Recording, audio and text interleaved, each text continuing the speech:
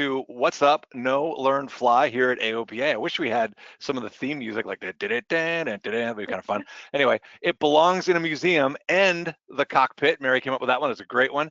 VOR Approaches and Navigation Tips, and see that great artwork there from Stephen. We were just talking about the fact that we kind of missed out. We could have done the Maltese cross right here, which fits in with the movies if you're familiar. So anyway, let's get moving on here. Before we get started into our content, let's just do some of that quick housekeeping. If you are using a computer, so look at that top one here, and you'd like to ask a question, look at the menu over on the side. You're looking for that little bubble that looks like a cartoon with a question mark in it. Then type your question in and hit that send button. Make sure you hit the send button or we won't see it. And if you're using a tablet like an iPad or something like that, Android, then what you're looking for is the little question mark that looks like this. You tap on that, it opens up the question box, type it in, and make sure to hit the send button. Also, be aware, I've tried to put this wherever I could in the presentation, but if you're looking for resources like our handout or just links or past episodes, check it out, aopa.org/whatsup.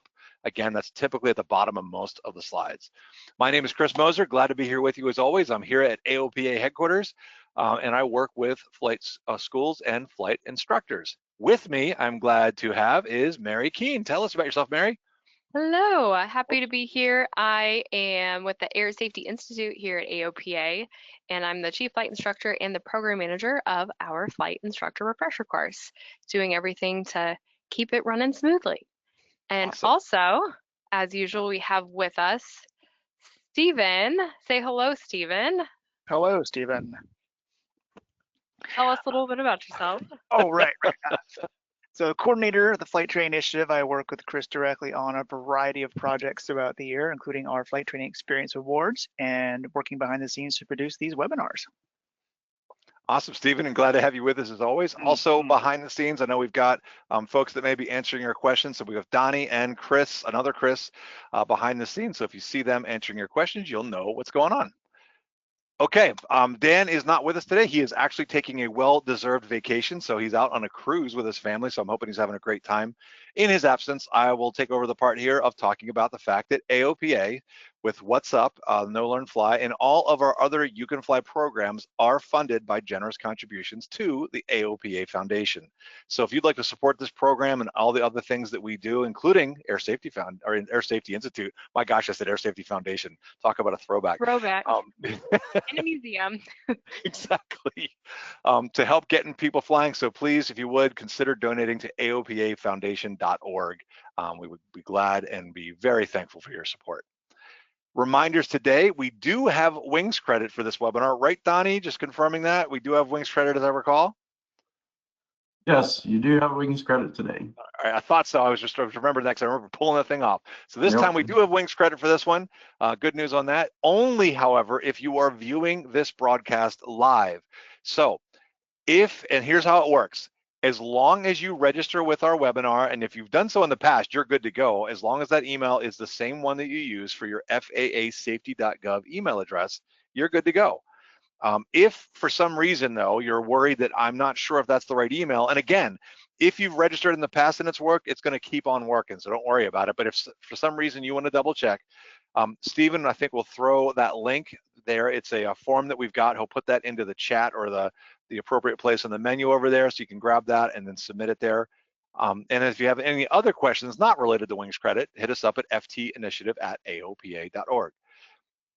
Big questions that we get, number one being, is there a wings credit for this? We just said yes, as long as you're here live.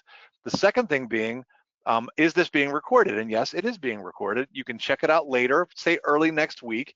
It'll be up on our YouTube channel under the What's Up playlist. And in fact, we will also have that on our What's Up page. So you can check that out there. You can go to webinars.aop.org, look for What's Up, Know, Learn, Fly, or check it out in AOPA's pilot video. Look for that What's Up, Know, Learn, Fly playlist underneath. Okay, Stephen, tell us a little bit about what happened this day in aviation history.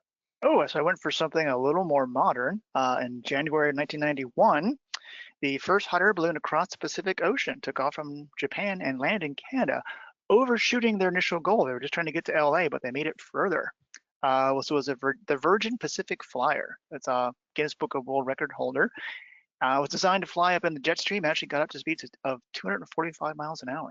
Wow, nice. Hot air balloon ride. That's crazy. Look at that thing. That's pretty substantial. I guess it should be for doing that. Yeah, a little wild. I like all the sponsored by stuff. Okay, let's go on here. What are we doing today? So today, as we mentioned, the topic is about VORs. So we're going to learn a little bit about why we want to get proficient with VORs, especially for, well, actually VFR or instrument flying, although we're going to focus on the instrument stuff today. We'll talk a little bit about and just refreshing your memory in case you're a little rusty on VOR orientation, intercepting and tracking of courses. VOR approach, we actually pulled out, I think it's 4 approaches. Is that right, Mary? So, Yeah. yep. 4 approaches that we did, and 2 of them, of course, are everybody's favorite, DME arcs. So we're going to go through those and show you some examples and just help refresh your memory. And let's get started. So Mary, take us away with why do we want to be proficient in VORs? Yeah, so fun fact to start off, VORs started off in the 1940s for just navigation, and then they evolved to VOR approaches to actually get you into an airport to land. And we all know that from the highway system that exists today. But as we all know, time evolved and now we have GPS. So the reason VORs, it's important to still be proficient in them is really in case your GPS becomes inoperative, it's still the backup. And the FAA is keeping certain ones in service for that very reason, so that they are a backup for you if your GPS is out of service, which can happen just to you on a flight, but there's also reported like GPS outages that can happen. So it is very good to stay proficient in them in case you need them one day. So things you could do with your VOR, which you may know, but we have a wide variety of listeners. So being on an airway, identifying intersection on airways or on instrument approaches, doing those instrument approaches, departures or arrivals, holds, obviously, but we will not be covering so much today. That's a whole different episode. Identifying your position if, again, that GPS isn't working, we'll cover that. And then just VFR, you can also use GPSs to help you identify where you are, even in a non-instrument environment. So cool. it's important to have as a backup. And one of the things we were talking about, and I know we're going to mention later in the presentation, is about the minimum operational network, which is the FAA literally has made it our backup. The only reason I'm bringing it up is it happened to be, that was the other graphic. I remember I said that, I knew there were 2. Right here in the graphic, if you can see where I have the mouse, Grand Island, and you see that MON.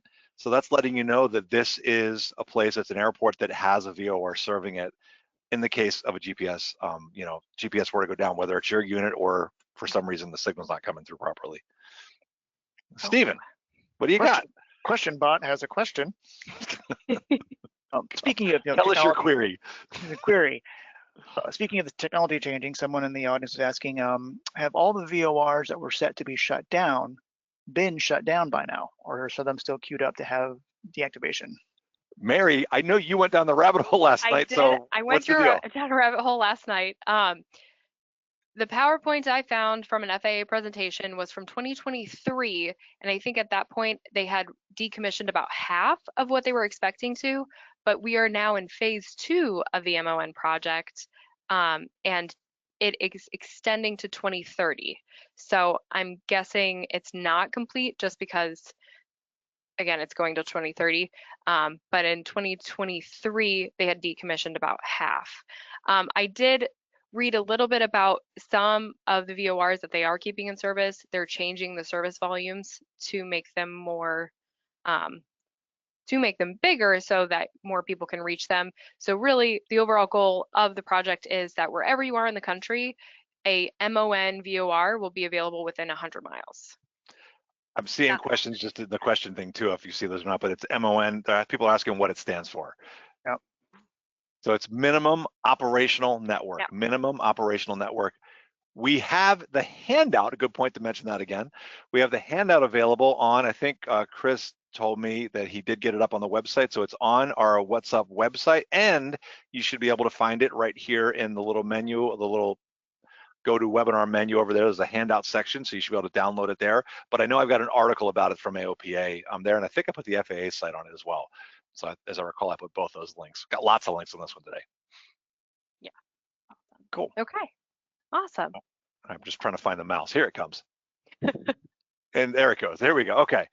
So, all right. So what we want to talk really quickly about is we were going to, like I said, we're going to go some basics of just basic VOR orientation, and then we're going to work our way to the more advanced stuff like doing a DME arc. So the first part is just VOR orientation. How can I tell where I am in relation to the VOR? And what I always like to do, and I'm sure Mary does the same thing with her students, is that just teach the basics. And I like to use, if I want to know where I am from it, I listen to the question I'm asking myself. I want to know where I am from that VOR. I want to use a from indication because that's going to be the easiest thing to do. And so I would center up, and I'm just using VOR number 1. I know there's a 2 here. In this little simulator that I use, by the way, link on the handout for this thing, where I got this thing. I just put the 2 VORs on top of each other just for simplicity because you can't remove one of them. So we're just using VOR number 1, the indicator here, and I just center it up with a from indication. And then the key thing that I like to use is this little mnemonic from top to bottom. So that tells me what radial I'm on. And remember the radials being like spokes on a bike wheel, the 0 degree or the 360 degree radial emanating out to the north. Then you have your 090, the 180, and 270, and so on all the other 356 radials than the 4 I just mentioned emanating out. So in this case, it's telling me that I am on the 270 radial, or I am west of that station, west of the VOR. That's what it's letting me know. And if I click, the other thing that I can do is if I happen to center it up with a 2 indication, and remember, for me, I prefer to use the from when I'm doing it if I'm just trying to figure out where I am from it. But let's say I center it up with a 2. If I remember the not mnemonic, from top, if I have a from indication, look to the top of the VOR indicator. If you have a 2 indication, then look at the bottom. So look at the 180 degree mark. So in this case, I've centered it with a 2. Then I know the radial that I'm on, that my orientation from that station is on the bottom of the VOR indicator, or I'm west or on the 270. And as we can see, the airplane is right there.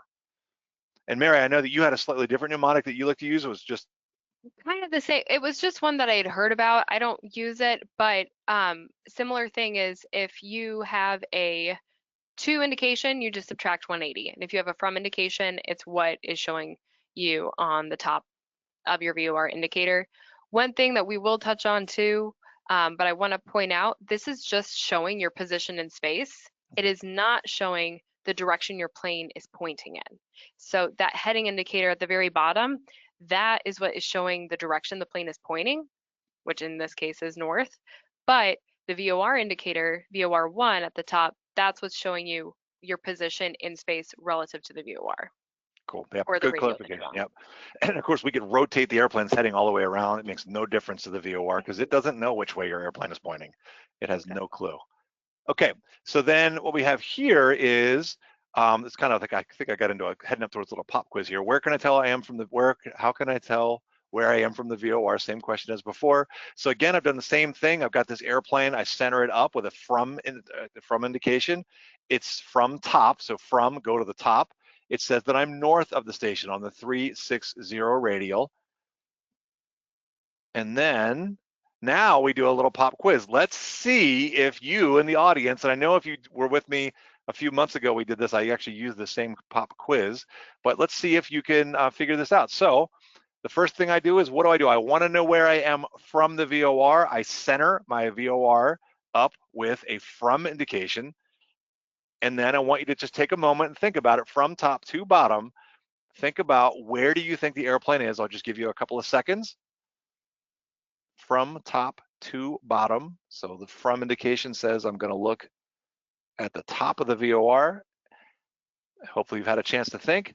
It's telling me that I am on somewhere like the 236 here, but the 236 radial, which then puts me west and south, so southwestish or west southwestish. Over in this area is where I should be. So let's check it out and see if we're right. And there it is, the 236 right there. So we are southwest of the VOR. So just a little reminder. By the way, I want to make a shout out for this app that I use. If you're using an iPad or an Apple device, I think it works on an iPhone too. This particular app works on that. I know there are other VOR simulators available on the web. I'm sure for Android as well, but just check it out if you want to. It's a great way to practice and learn using these things. This one's called FlyGo IFR Flight. I put the link to it on the handout, but this is the one I happen to use and I just like it. one more thing I want to point out, if for the people who are maybe looking at getting their instrument rating, if you look at that VOR 1 and the bottom right, it will show you the distance. So this specific VOR has DME, or distance measuring equipment. So the VOR itself is showing you the radial that you're on, and then that DME number is showing you how many miles, nautical miles, from the VOR you are. Good point. Of course, in the airplane, it won't look like this. It'll be usually a separate unit, or you're using your GPS to get that distance. All right, let me just go ahead and click through to the next one. There it is. All right, Mary, take us away with this intercepting and tracking. So intercepting and tracking, the first we're going through steps of how we identify, intercept, and track a VOR course or radial. First, we're going to tune in the VOR frequency and identify that it's the correct frequency. So two things: one, you always want to cross-check that you have the correct frequency tuned in, and then second, you listen to that Morse code, the beeping, and make sure it matches either the approach plate or the chart, whichever you're kind of using. Then you're going to select the course that you want to intercept and fly. So on a VOR approach, you're a lot of times selecting that inbound course for the final approach course. And a key to not getting disoriented is selecting the course with the correct to from indication. So if you're going to be flying inbound to the VOR for that course, you want the to indication. If you're flying outbound away from it, you want to make sure you have that from indication, so you don't end up kind of getting twisted around on what you're flying. Then Chris and I kind of both have a similar tactic for intercepting, but really what it comes down to, if you look at the image, you are intercepting the course at kind of a 45-degree angle. The reason being, if you come at the course at kind of a 90-degree angle and then you turn to intercept, you're going to overshoot, and then you're going to overshoot again, and it kind of becomes this oscillating, going back and forth, trying to get lined up with the course. If you can make it kind of like a highway on-ramp and just ease kind of into it, it'll make it a lot easier to track the course inbound in a very straight fashion, which is what we want. Then once you're on course and stable, you just want to make small corrections if you do get off course, that is, you're still figuring out where the wind is coming from or how much the wind is pushing you. Just make small corrections to get back on course. Don't make dramatic corrections. Again, that 90 degrees or harsh turn back, that's where you get into the chasing the needle, is what a lot of times people call it. Let the needle come to you. And then a tip I've always learned in flight training is if you're about to intercept or if you're about to turn, to always slow the airplane down, especially if you're going into land and it's a place where you can maybe put in the first notch of flaps, something like that, and it helps the intercept easier the slower the plane is. Cool. And then I think we've got a question from the question bot. Question bot. So seems to be increasingly difficult to check the VOR every 30 days for IFR use. In an emergency, should you just go for it, checked or not? Well, in an emergency, you do what you need to do, is what I would say. Hopefully, like what I would be using in reality, more than likely, is check the VOR when able. Try to make a point, because you can remember, you can do the air one. If you have dual VORs, you can do the air check. By actually the dual VORs, you can just compare them. You can do the air check even if you have just one, by using a landmark off of a VOR. So maybe you can find a VOR that's near you. You can try to do that periodically. However, in an emergency, you do what you need to do. The question is, do you trust it? And then the thing that I would do, and I don't know about you, Mary, but for me, I've got like a Stratus thing with AHRS in it. I would totally use that in my iPad if I had to get down in an emergency, losing my equipment in the airplane. Yeah, if I was in instrument conditions, and I always taught my students this, and I don't want to open a can of worms, but there's such things called it like a PAR approach, and that's where ATC just gives you headings and altitudes down to the runway, so you don't actually really have to shoot an approach. They're kind of holding your hand through the process. So that's probably what I would do instead, again, just in case, with so many VORs going out of service, unless I knew for sure that one was in service. Right. Or in the MON network. Yeah, number one, declare the emergency, let ATC know if they've got PAR or some kind of surveillance radar that they could use to do that. Absolutely do that. Maybe just get the VFR, like just get yourself out of the clouds so you can just land normally. Divert somewhere else. That's exactly. Great. Yeah, but just do whatever you need to do to get down safely. So yeah, but if I was stuck and all I had was my VOR and I hadn't done the VOR check, I would probably use it. I probably would not want to do it to minimums, just because of the fact of, if you watched our previous episode a couple months ago when we talked about the boundaries you've got for obstacle clearance, they are not that big. So you do want to make sure the thing's being accurate. So, okay. And then pro tip, tell us the pro tip, Mary, we were talking about with following the needle.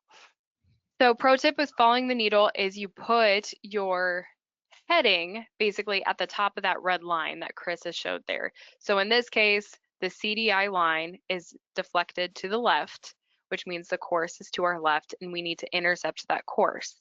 So that line, basically you would put your heading at like a 300 heading. And then as the CDI line comes in, you just kind of follow it in and keep your heading at the top of the CDI line until you're centered up. And that's a kind of a trick to make that a gradual intercept so that you're not with a pen and paper, what's a 45-degree angle to this final approach course? That's not realistic sometimes unless you're good at math. So that's just a trick to make that gradual intercept without actually having to do the math. Yeah, we're going to show a thing coming up too to show the ones with if you have a VOR indicator that has the line that just moves horizontally and doesn't swing like this, which I feel like these are the older ones maybe. We'll show what to do with that. And then of course HSI makes this super easy to do. But yeah, and so just imagine this red line, just as this needle we're swinging over, you just kind of move this red line, keeping it vertical and just moving that heading over. It gives you this nice smooth intercept. So here, let's get to it. So what we wanted to show you right here was exactly what we're talking about, riding the needle. So here is a VOR, again, just using number 1. And here the needle is deflected. I think I made it really big over here. And I'm going to just go to the top of that needle and say, okay, I want to intercept the radial that I've set in. In this case, I've set in the 080 radial. Actually, make correction, 080 inbound. It's going to be the 260 radial. And because the from top to bottom. And then, so I'm going to look right here and it's telling me fly heading 030. That should be a nice intercept. So if I click, it's showing the same thing. I'm looking there. I go ahead and turn the airplane. Notice I turn the airplane to 030 right here. I start to proceed. As the needle starts to move, which we should see here in a second, then I'm going to slowly turn. And so here the needle has moved over. Now it's kind of pointing at like 050. So I turn the airplane's heading to 050. If you can see, it's kind of hard to see this purple line, but there's the radial that I want to, or there's my course inbound, the radials, yeah, whatever. I don't want to get too confusing with all that, but here's the course that I want to go inbound. And as I approach it, the needle keeps moving. It's telling me now fly 060 to go to it. So I do 060 to intercept. And then as it gets within, and usually what's within about 10 degrees, I just hold that 10 degrees until it centers, and then I just make that last little bit of turn. But notice what happens, how smooth the intercept is. So that way I don't have that danger of shooting through it like Mary was talking about. So you want to have a good angle. I know in the past I had been taught 30 degrees and just wait till it centers, but I often found that I would then overshoot it sometimes. So I like to do this thing where as it moves in, I just slowly sort of blend into it and I'm good to go. So I find this is a great tip. This is a quick video that we can show that just shows that in action. So here the airplane's coming from the north to the south.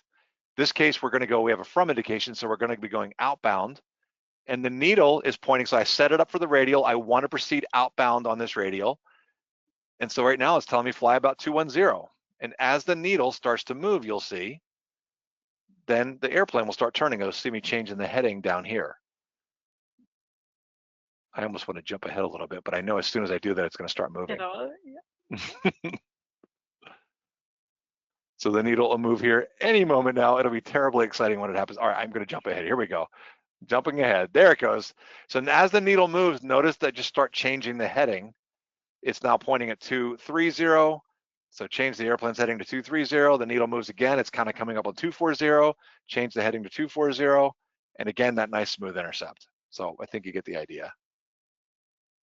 So hopefully there's any questions from that. The red line somebody asked about, I was putting that red line on there to show like kind of what I'm thinking about. That's what that red line is. Stephen, question from the question bot. Is there a rule of thumb for intercepting a radial depending upon airspeed or distance from the VOR? That's the cool thing that I like about using that method. It doesn't matter because the faster you're moving, the faster the needle moves. So obviously it's like if you know you're relatively close, and maybe you're in a jet or something. I've not flown a jet, although Mary has. That it's like you might adjust it, but I find that using that little rule seems to help a lot at just smoothing it out regardless of what I was flying. What did you do on the jet when you were doing it?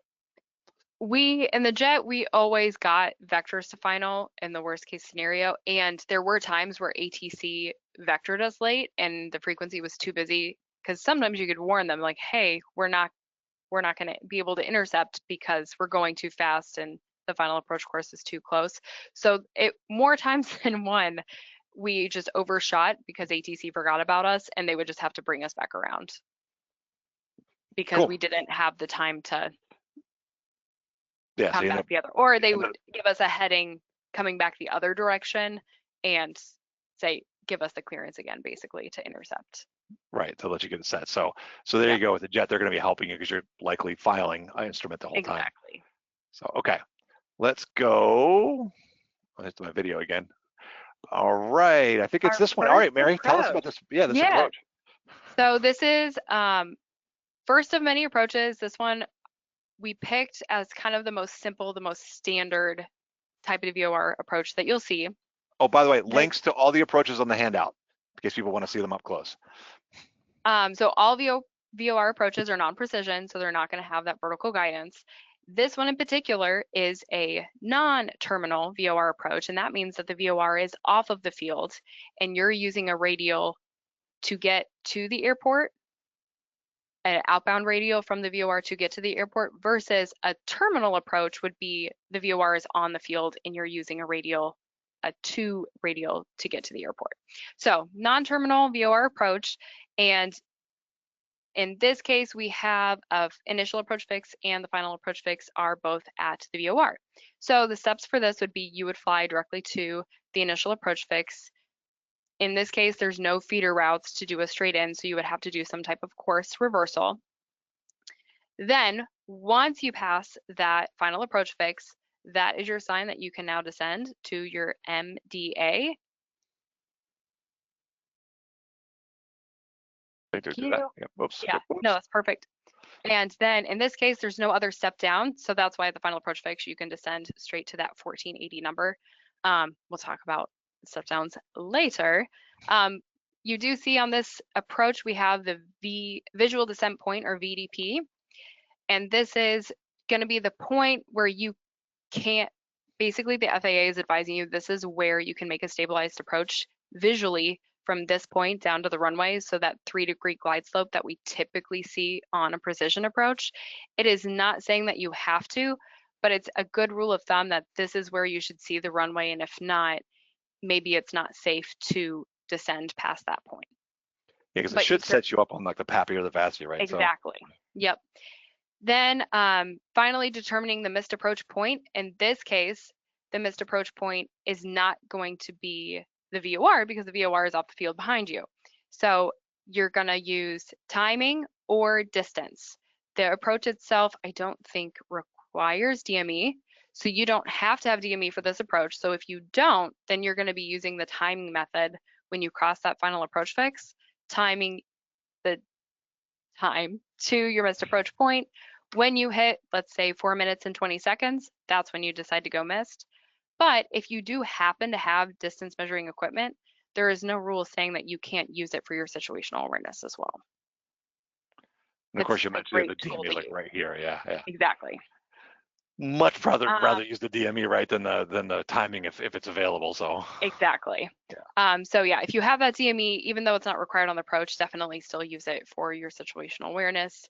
And I think that's all I have. So the basic approach, and then the missed approach just takes you back to the VOR to actually hold on the VOR. So a very standard, typical VOR approach.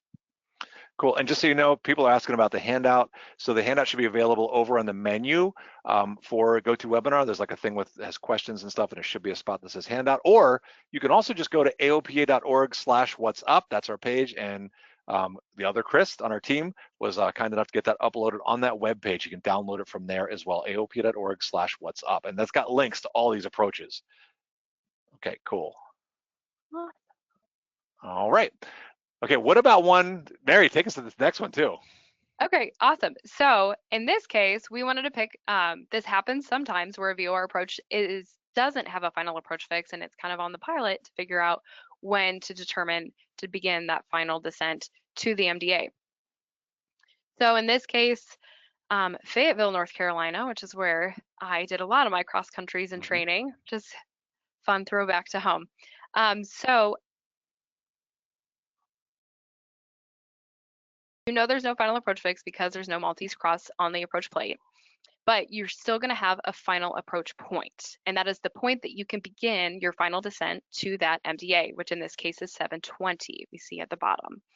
So to determine that point, it's going to be when you're inbound from the procedure turn and established on the inbound. After the procedure turn, you're established inbound, that's when you can begin your final descent to that MDA.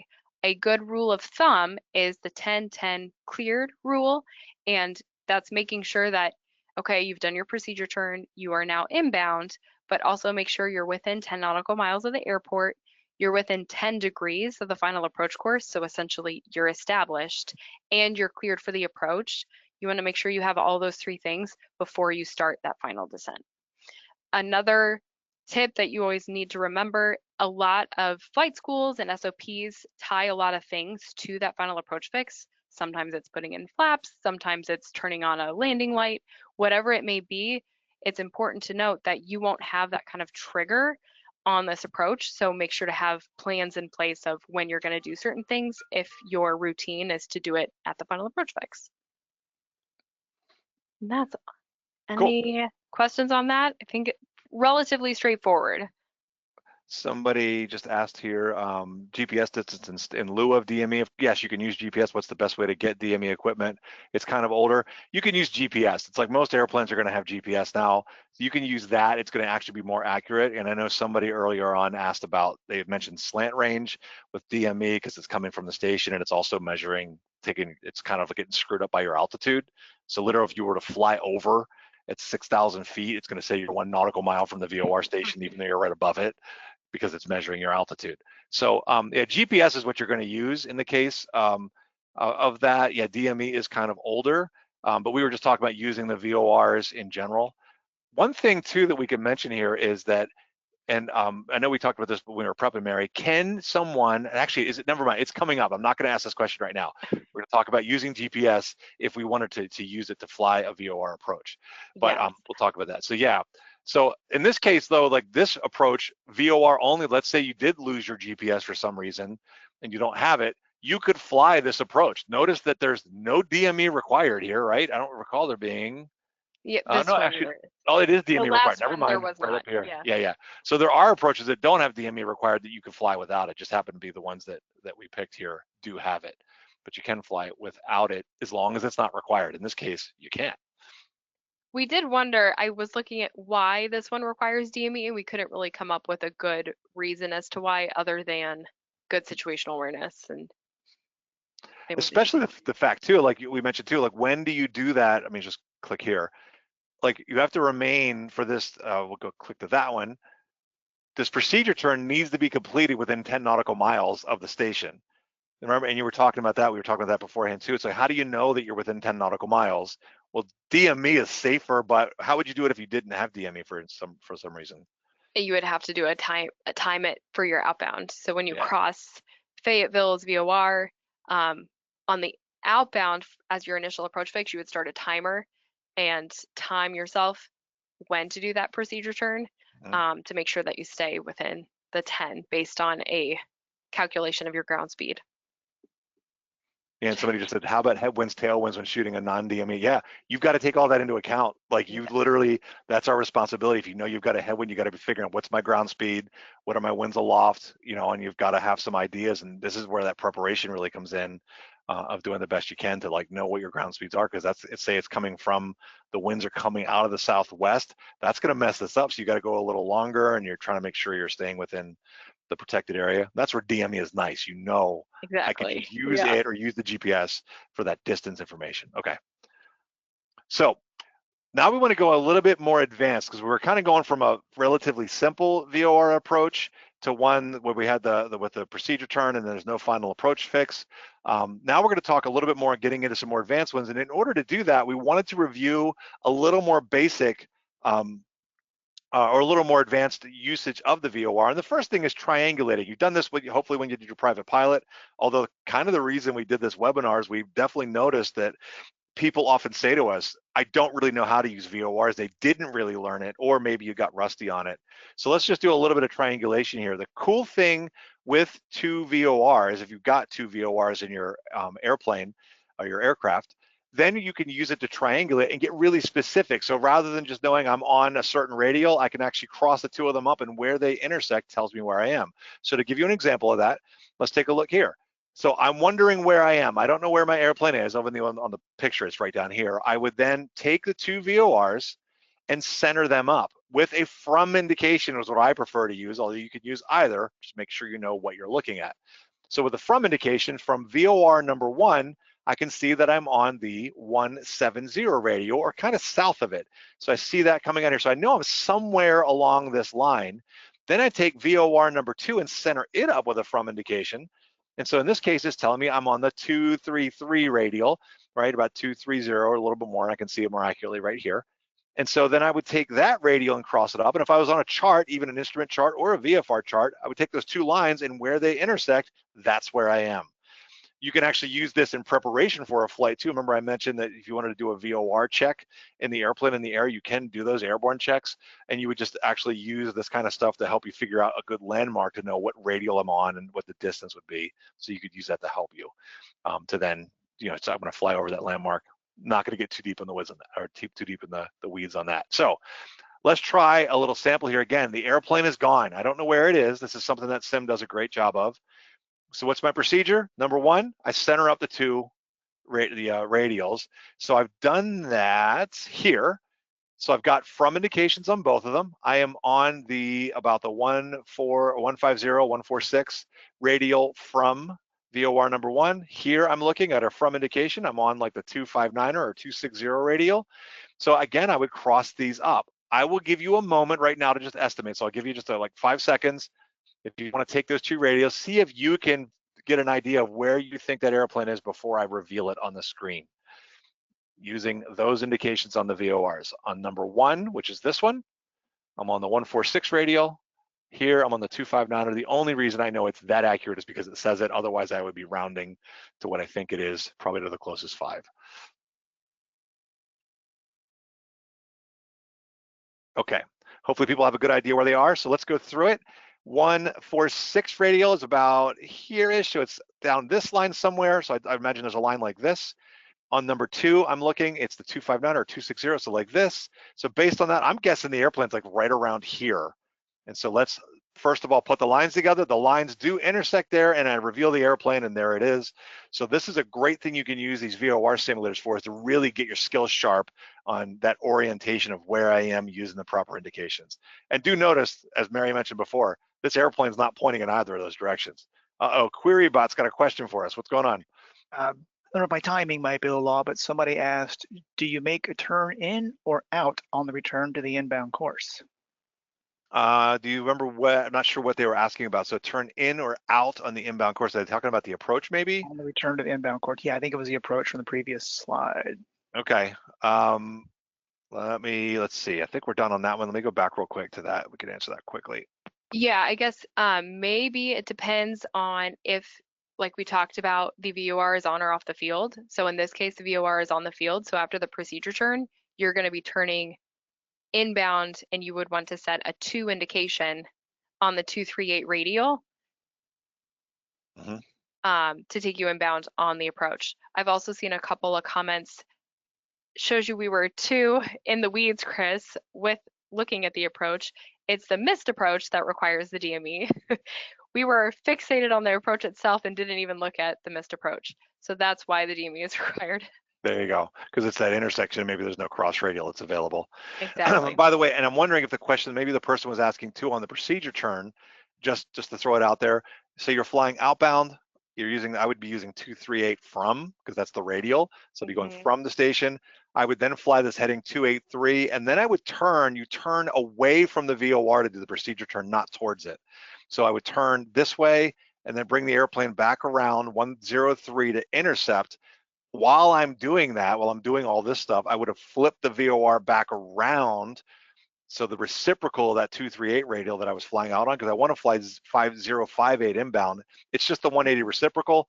So I'm going to flip it around, and that way I get a 2 indication, so that as I'm flying inbound, left is left and right is right, because of course we know on a VOR when you're using it, if you flip it and use from when you're trying to go to, or to when you're trying to go from, it's going to reverse sense. That's what you want to avoid. Yeah, and we don't want to do that.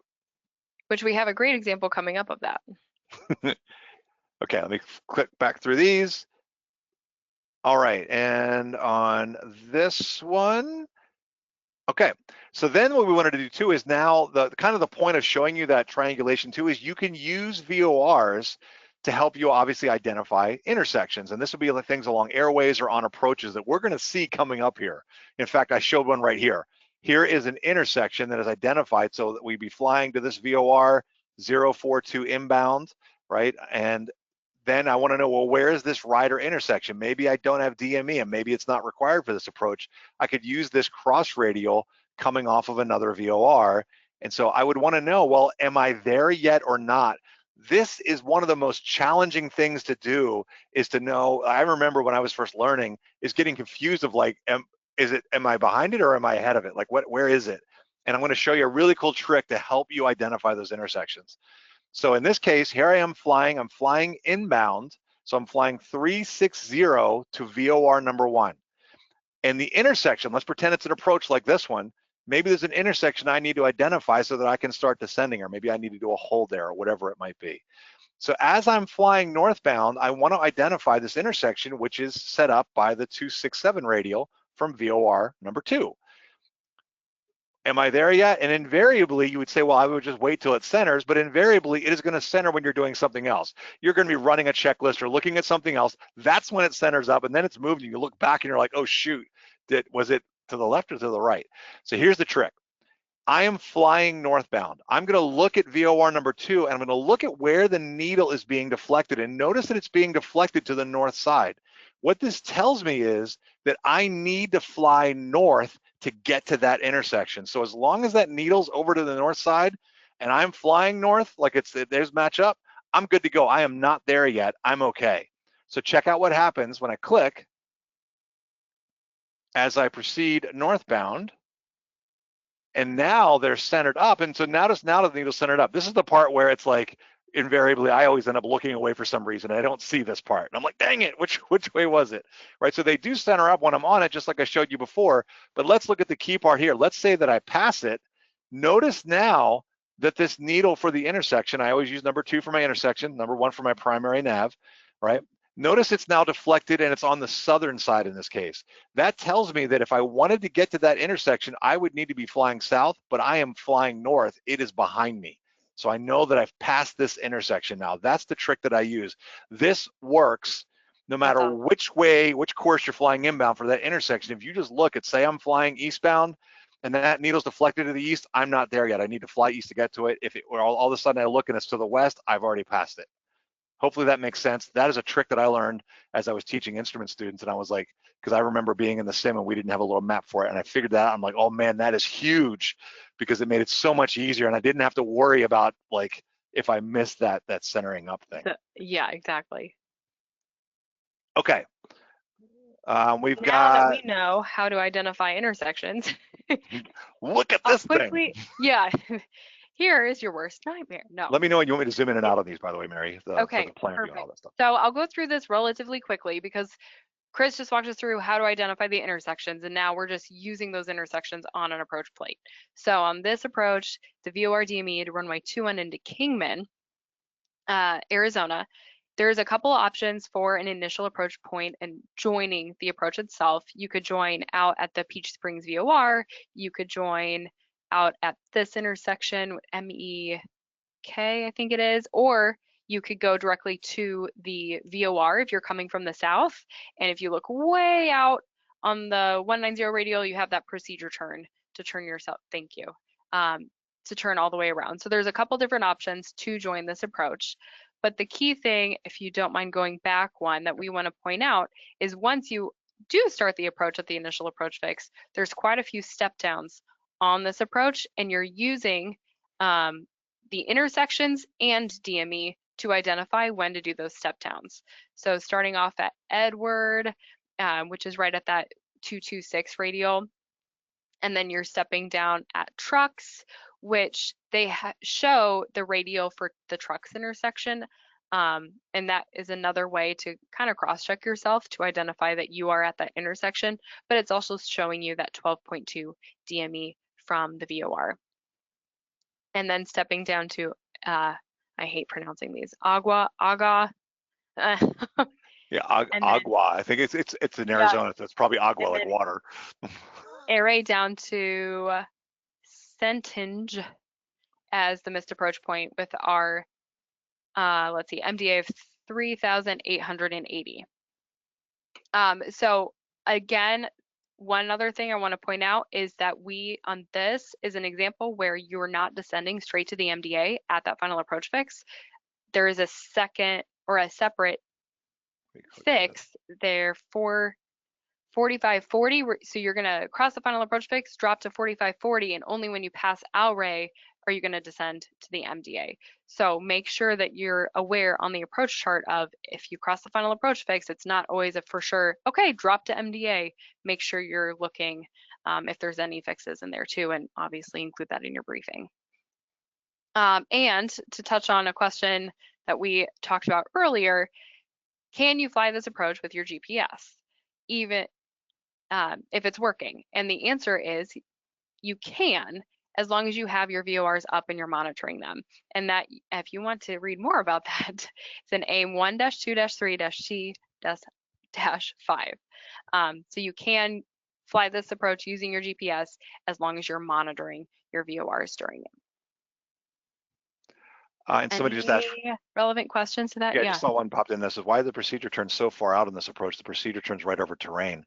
Of course, we'd have to check with TERPs on that sort of stuff. My guess on that would be the fact if you look at your MSA, the minimum sector altitude's 8,400, 9,700, and that's a lot higher up. That terrain, because of the mountains around there, are way higher than this airport that's down in this little valley, obviously. So I think what they're doing is they get you way out there to give you plenty of time to then do the step down safely around the terrain. Because look at this terrain right along the approach path, 5,000 feet. And that's what it's a good 2,000, almost 2,000 feet above the airport. So that's probably what they're doing, is to get you set up. All right, let's make sure we keep moving here because we wanted to hit DME arcs. So I think this is you, Mary. So walk us through the DME arc. Yeah.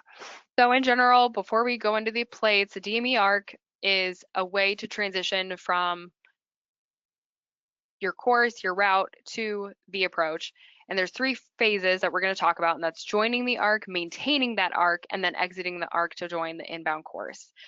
We do know that when you're on the arc, you have a protected area of 4 nautical miles on each side of that DME distance. So in this case, where the arc is at 10 nautical miles. One thing that you want to be careful of doing when you're flying a DME arc is that you're turning in the correct direction once you reach the point that you have to turn inbound to your final approach course. So set your OBS up accordingly so that you are turning, if you're turning right or left, basically, because it's easy to get disoriented, to forget which way you turn at the end and turn the wrong way, because you don't want that to happen. Or you miss your turn and you just continue. We talked about continuing the arc past the final approach course. And one thing I'd mention there too is a little trick that I like to use when you're doing that as well is also think in terms of cardinal direction. So looking at the arc, you can see on this one on the graphic, in that case, I'm turning and I want to turn towards the southeast. And that helps me figure out if it's left or right because I can look on the heading indicator. Sorry. Yeah, exactly. So when you are intercepting, that turn will take, it's a 90-degree turn. Typically, it'll take about 30 seconds if you're doing that standard rate turn. And so it's okay to kind of lead that turn to join the final approach course using the intercept procedures that we talked about earlier. And then joining, let's see, or maintaining the arc, it's In this case, using an HSI, you're really just keeping the nose at a 90 degree to the HSI, and your CDI line is at the top. You're waiting your CDI line to come down, and then you start that turn 10, twist 10 that we always hear.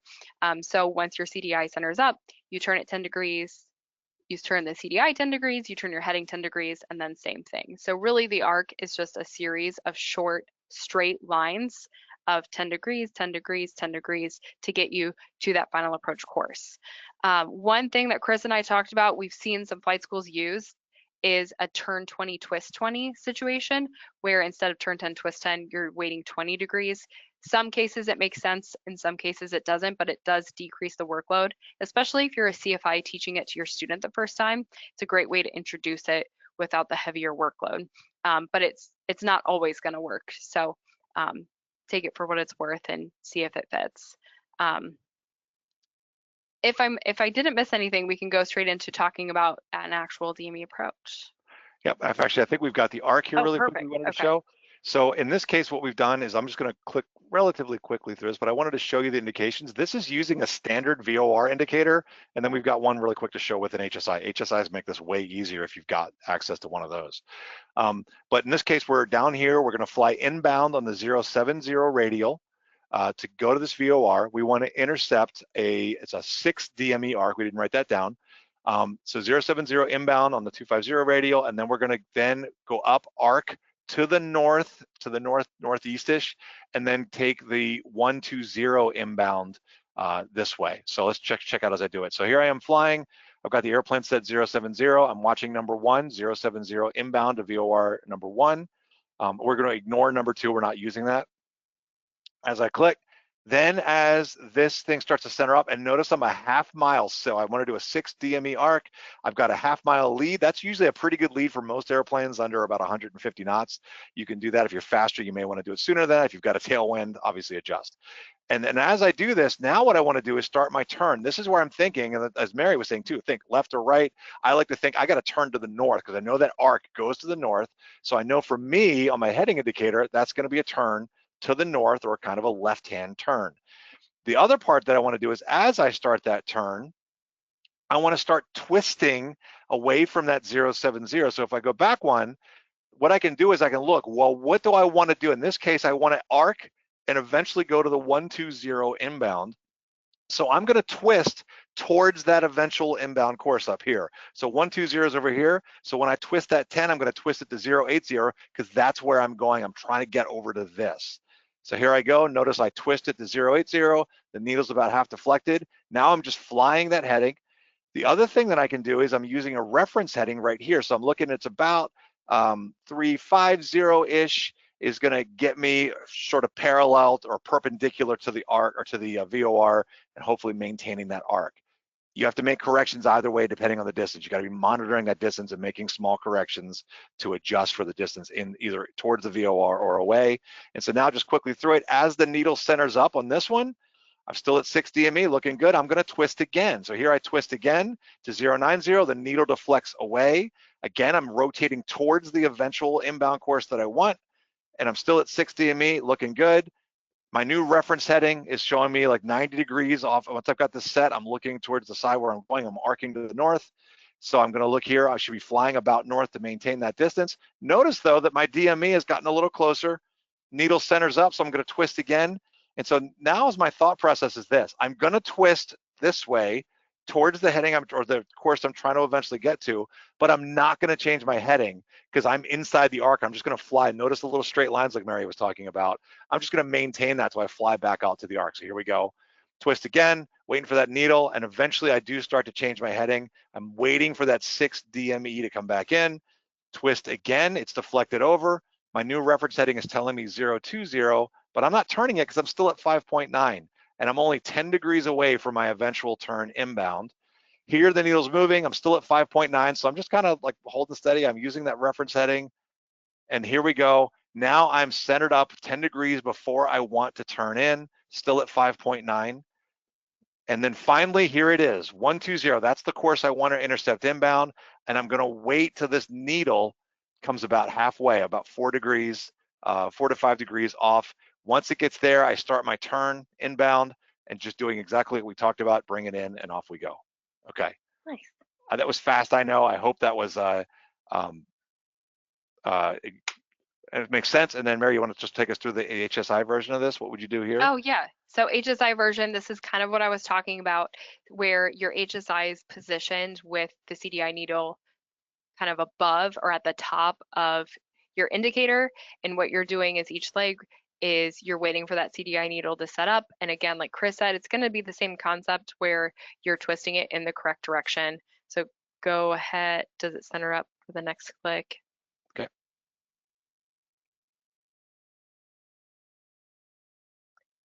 There, so now it's centered up, and that's your cue to start that turn 10, twist 10. So you're twisting it 10 degrees in the correct direction and then turning your aircraft 10 degrees. Now, one trick that I would use with my students is watching that CDI line. If you got a little inside of the circle, so if you got to 5.8 nautical miles, I would let that CDI line go a little bit further down from centered to kind of re-intercept the arc, and then do my turn 10, twist 10 to make sure, you know, if each turn you're losing 0.1 of a mile, you're really going to get off course by the end. So making those small adjustments each time you go is a great way to make sure you're staying on track for that 6 nautical mile arc.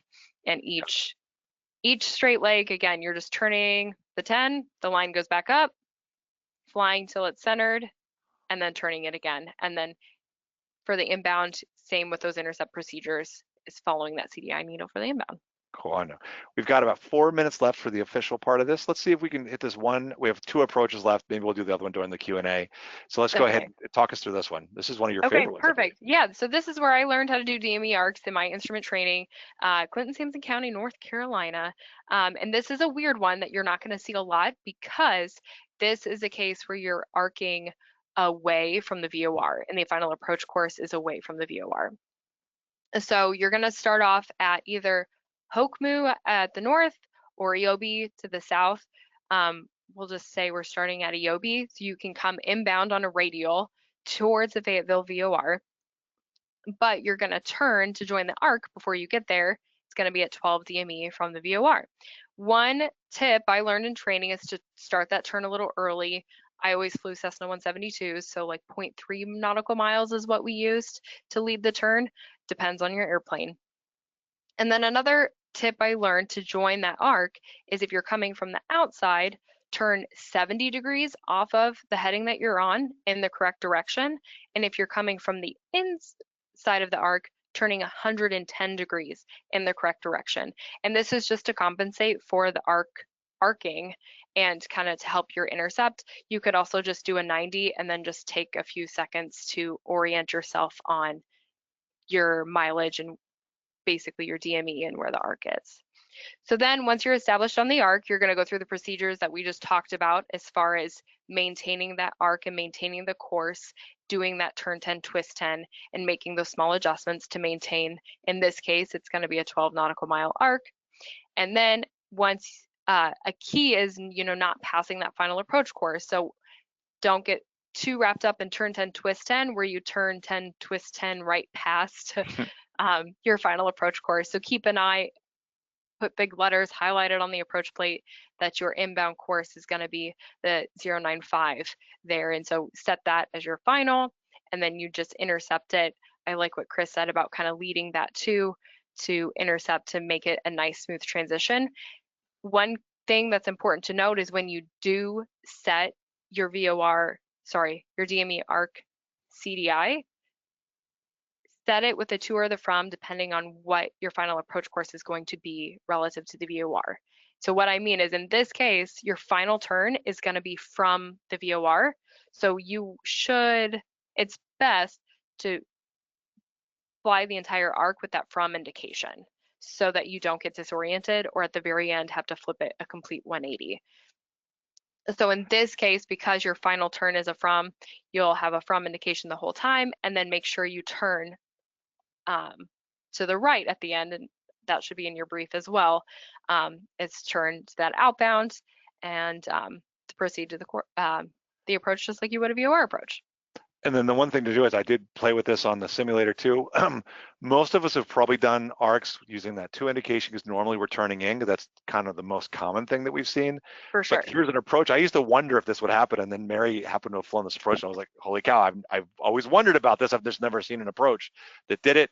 So this does have a from. So if you're gonna do this one, this would definitely be one if you were going to this airport or an airport that had an approach like this with an arc with a from, you know, that you're gonna go outbound, then it probably would be a good idea to practice that in a sim and really review it, because it's going to be probably different than what you've been used to. Of course, Absolutely. talking to lots of folks, I know that they tend to be rusty on arcs because they tend not to do them so much. All right. Hey, it's the hour. Let's go ahead and we'll do the official wrap up here, and then we have one other approach we were going to show you. It's a crazy one. It's this one. It's a very famous one, or infamous one at Martin State. We'll show that here in a second, but let's just go really quick here. Key takeaways today. Remember, why go through all this, to go through maybe what is seemingly the pain of going through VORs? Well, it's the official backup of GPS. If GPS were to go down, or if your unit were to go down, that is our backup. It's our ground-based backup. So it's important to have it, because if you don't know how to use it, it's no longer a backup. And that goes along with the whole minimum operational network. And it's even on the instrument on route charts. There's the MON. It shows you airports that are set up and served by that. Practice them. You got to practice them. You got to practice your orientation, identifying fixes, doing DME arcs. I find the best way to do that is in the simulator. If you've got one, access to one, even if it's like Microsoft Flight Sim or X-Plane or something like that. And that app I showed you, there are ones that are web-based. I'm sure there are other ones for Android. I know there are other ones for iOS and iPad and all that kind of stuff. So find a good VOR simulator to do that. It really helps develop that, where you put yourself in these scenarios and you get good at it. It's kind of like using an old E6B. It's like when you practice it, you actually can get really fast at it. You just have to like keep the rust off. Not that I'm saying you have to use an A6B, but I'm saying it's like that. But this actually is useful because it is your official backup. All right. If you're not yet an AOPA member, we certainly hope that you would be. We hope to invite you to this community. It's the world's largest aviation community, and we're obviously here to protect your freedom to fly with all kinds of government advocacy and working hard to make sure that we all get to keep flying GA. It helps you stay informed, lots of general aviation tools and resources, and we just want to help you be a better, safer pilot, which is kind of what Mary and I are doing here on this show. Great rates on quality aviation products and services with member discounts and things. So if you're interested, we'd love to have you, aopa.org/membership. And for the members on the show that are out there, thank you for your membership. We appreciate it. Next time, February 19th, 2026, 12 to 1 Eastern, because I think we're not at daylight savings yet at that point. We're going to do avoiding medical pitfalls. Again, the team came up with this one. I think it was Mary and Stephen and Chris maybe that generated that one. So pitfalls with AOPA. We are going to have Gary Crump, he's our director actually of our medical team in our pilot information center. He's going to be on. He's going to cover some basics, things that you get, some things you probably didn't know you got as benefits with our medical just with your basic AOPA membership. He's going to talk about the medical things that we will help you with. And then also we have a link on the thing when we send it out too for questions and answers. So look for that for your invite and check us out. Just let us know your questions and answers. And of course, we'll answer them on the air too. So he'll be here to answer any medical question you'd like to ask. He is like the head of that department. He knows so much stuff. It's amazing. So I hope you join us for that. And if you have any ideas for future topics, like do you want us to do GPS approaches or RNAV? Do you want us to do holds? Or is there some other topic you'd love to see us do? Let us know at ftinitiative@aopa.org or just throw it in the chat. Shoo, all right. Before we do the questions, Stephen, let me just go back to this VOR approach. We have this one other approach here. It's the VOR or TACAN runway 15 in Martin State. The link's on the handout. This thing is crazy. So first of all, let's take a look at zoom in on this sucker. Here we are. This intersection, the initial approach fixed slope, is actually on an airway. It's on Victor 268, or you could be vectored to it by ATC. Now check this thing out. You are going to fly a 14.7 DME arc.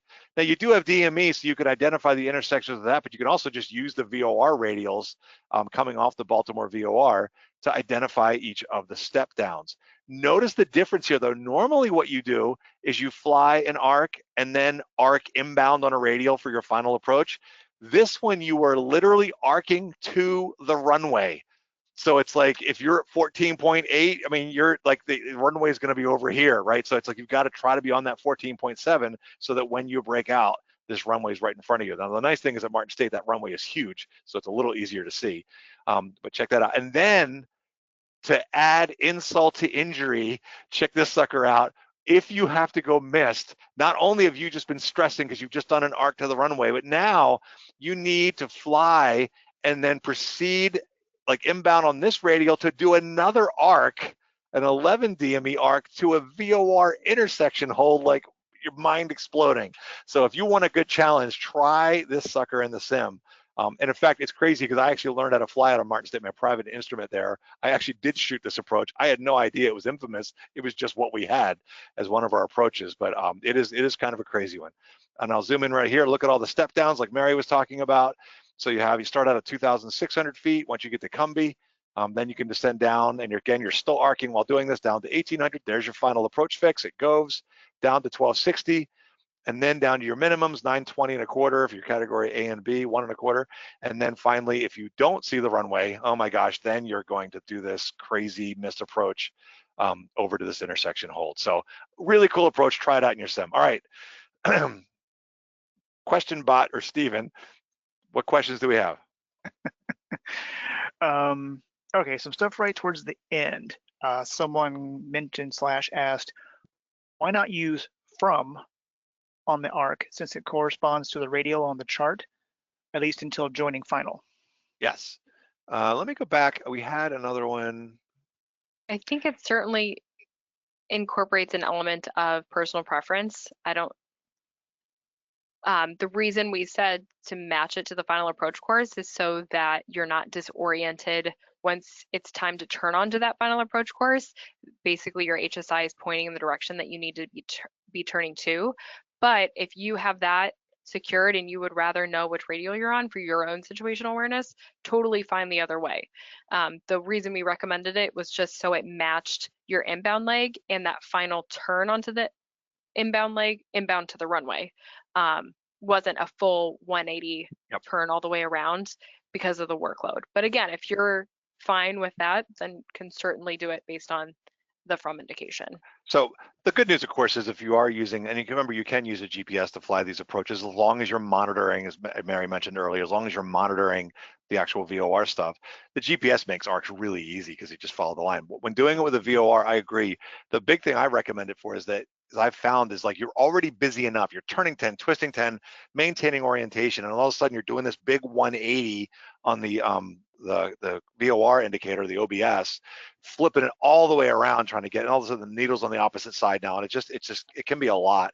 So what I've found is typically, since most DME arcs you're going to go inbound on for the approach, it's just like you're just setting yourself up and you just get used to it because that's the majority. Mary kind of had the unusual one. I've never seen one like that. Is it Charlottesville? Yeah, I've never seen one where you do that. Sampson, I think. Let me just jump ahead here. North Carolina. It's off of Fayetteville's VOR. So if you pull up Fayetteville, North Carolina, you'll find it. Yeah, so Fayetteville, and that's the one I was talking about. Was I was just looking at to see if I could. Here we go. See all slides. I wanted to jump ahead because this one is really interesting because of the fact that it goes outbound, and that's more unusual. But again, what I would do there is if I'm going to shoot this, I would practice it with a from.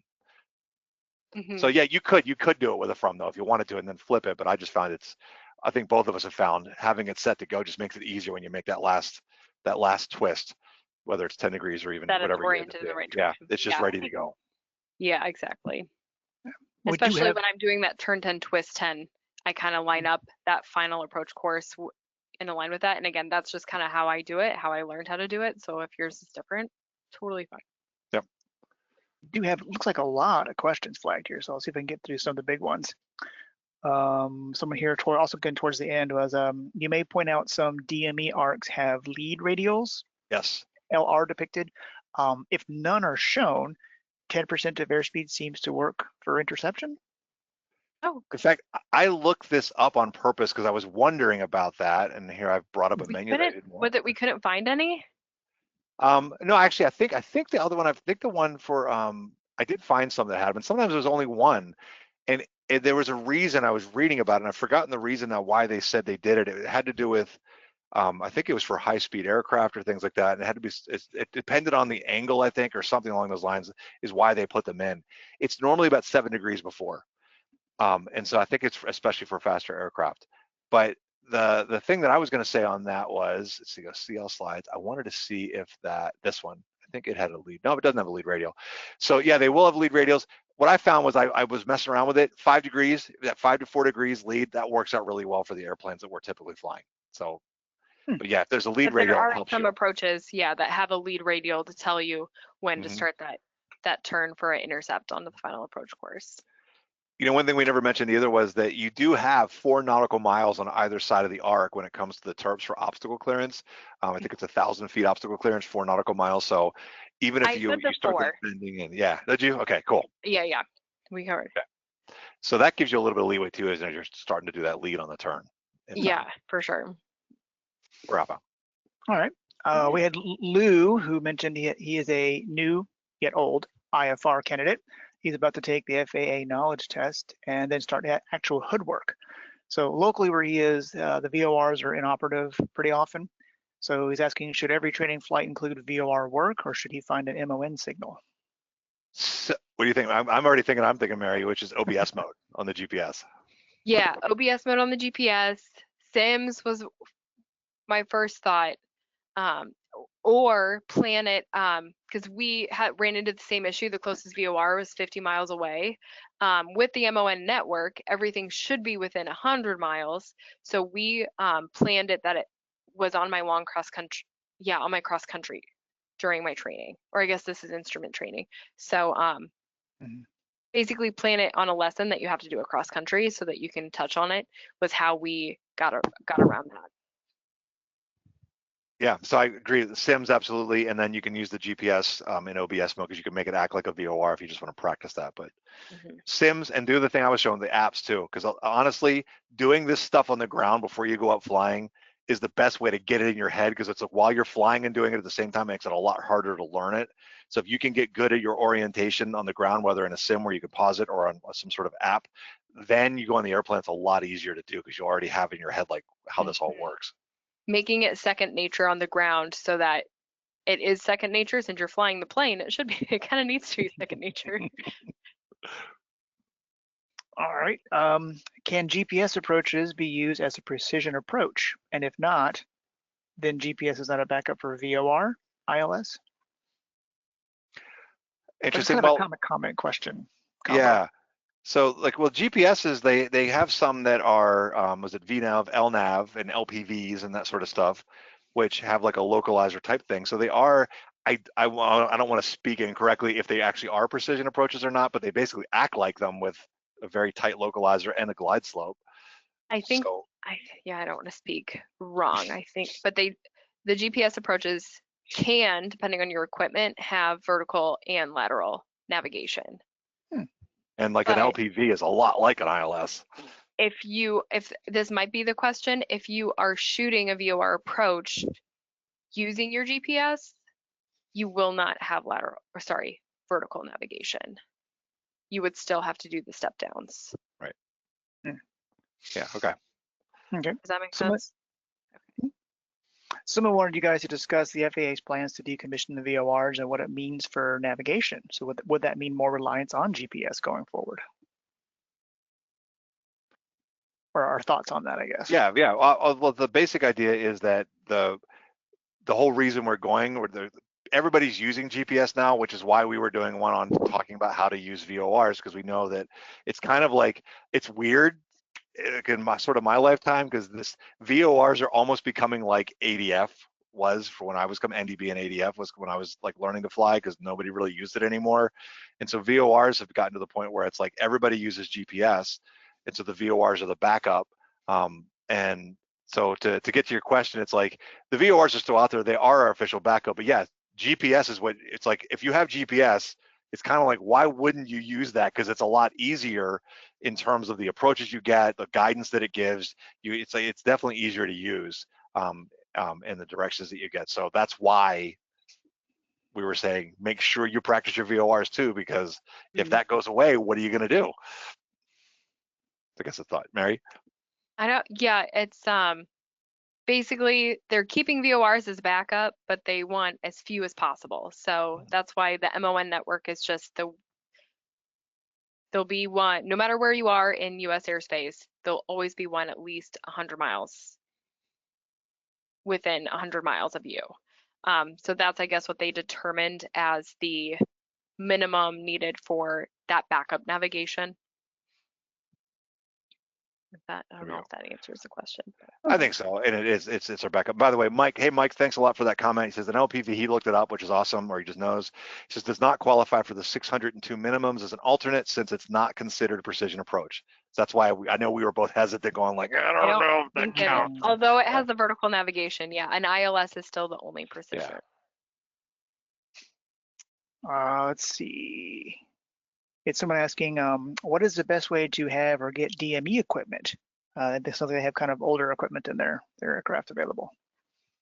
I think maybe we answered that one earlier, and I was kind of saying like for the most part it's GPS, you know, now, and then of course in an emergency, let's say you did have an emergency where, you know, this, and only in this case would be your GPS unit in the airplane went down, then maybe I'd be using the one on my iPad or something like that, or I'm looking for a VOR approach that doesn't require DME. But getting an old DME unit is probably not what most people are going to do.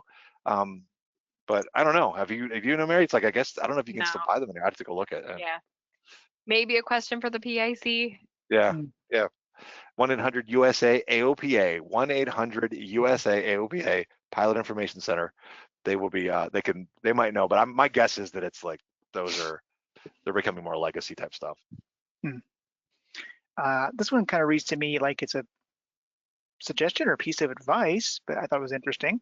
If you happen to have an old KNS 80, you can create phantom VORs with radials and distances, storing up to 4 of them to create a straight line off airway. Cool. Oh yeah, that's awesome. Yeah, and you can do that with you can actually do that with GPS as well, like saving user waypoints, because the GPS, you can take any waypoint, put it in OBS mode, or I think, is it OBS mode on all of them? Because I know sometimes maybe I've seen other things like suspend. I think I've only seen, suspend, that's what Cirrus has, I think. But it makes it act like a VOR, so you could literally put user waypoints in and then it just turns on green needles, VORs. is what we would call it. Someone asked if you guys could discuss a VOR approach with a dog leg, like an inbound radial that is different from the outbound radial. I was looking for one of those when we were prepping, because I had literally just flown something. I think it was a GPS approach though that had a dog leg. But yeah, we don't have an example to pull up, Shirley, but I know I was thinking about that, and I was just practicing in the sim last week, and it was at Gettysburg, Pennsylvania. There's an approach there. I believe it was a GPS or RNAV approach. I don't think it was VOR, but it had the dog leg, and I thought that was kind of cool. I haven't done that in a long time. So yeah, there's some. So basically, what they're talking about is you could come in.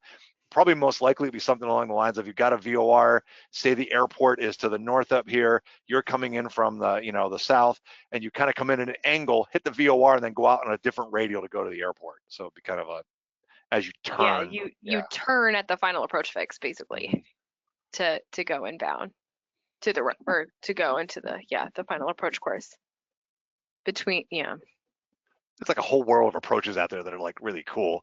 But you just start looking. VOR approaches, there's so many different types and parts that are different, can differ between each one. So drives home that you really just need to study it. And I was going to mention on the key takeaways that if you really prepare for one and then ATC, let's say, gives you a different one, either ask them for the time to refresh and really get your bearings on what the new one you're going to be doing is, or tell them that this is what you've prepared for and this is the one that you need to shoot because you're not as proficient on the other one. Making sure. Yep. Oh, I saw Mark making a comment here too. I was thinking the same thing of why we're moving away from VORs, and it's because they're expensive to maintain. GPS allows approaches at airports that weren't served by them before by approaches, so it's really expanded it out. A lot of airports that had no approach at all now have a GPS approach, and it's easier to make those approaches because you just need a GPS signal. They don't have to build any new equipment, whereas the VOR equipment is expensive to maintain. As I look out my window and see the VOR here on field at Frederick, so I don't know if it's part of the MON or not, but my guess is not. Okay. So Bob mentioned something here. I'll just kind of read the way he typed it out. I thought VOR and NDB approaches could be flown completely just using GPS if the GPS is working. Note that in mountain terrain, you may lose GPS signal in the valleys. So LOC must have raw data displayed. Yeah, so that I know the VOR, we looked that up, we just mentioned that in the AIM that it says that as long as you're monitoring the equipment and making sure the signal is agreeing with your GPS, you can fly a VOR approach. I know that there are overlays for a lot of the NDBs. I don't know how many NDB approaches are left in the US because it's like they seem like they're getting rid of all of them. But I'd have to look that up, so I can't guarantee that. But that's a good one for PIC to check on that one, to give them a call. But my suspicion is it's probably the same. Yeah. Somebody asked if we could do a quick review to a VOR assuming VFR, or is that a whole other presentation? That's a whole other presentation, yeah, where we would just talk about VOR orientation, which we kind of did. That's why I did the and then it's like, again, if we think about that one for a deep dive, but when I talked about intercepting the radials and then doing that and orientation, that's all VFR skills. Talking about identifying intersections or locations using the triangulation, that's VFR too. So those are all VFR. We were just tying it in with these approaches as well, but we'll have to think about that if there's anything else that we would apply VFR, unless we just give examples that are VFR. Mm-hmm. Yeah. And when you're flying VFR, if you do have your instrument rating, it's a great time to practice a VOR approach. Yes, it is. All right. I think that covers all the major questions, especially for the folks who are still online with us. Okay. Yeah. Oh, look, somebody's saying that Frederick is MON. Oh, nice. But it's NOTAMed. Oh. So, okay. Well, again, just a reminder for the folks that stuck around, thank you so much for being here with us. Next episode, February 19th, 2006, 12 to 1 Eastern or 1700 UTC, avoiding the medical pitfalls with AOPA questions and answers and solutions with AOPA Medical. So hope you join us for that one. Gary Crump, the director of that team over there, is going to be with us. It's going to be a really good one, I'm sure. And look for on your invite or when the emails go out, there'll be a link where you can submit questions ahead of time. So look for that. And other than that, Mary, anything to say? Nothing else. Thank you for coming. All right, cool. Thanks, everybody. And for the team too, Stephen and Chris, for helping us out, and Donnie as well. So thanks, you guys. And we'll see you next time in February. All right, have a good one, everybody. Bye.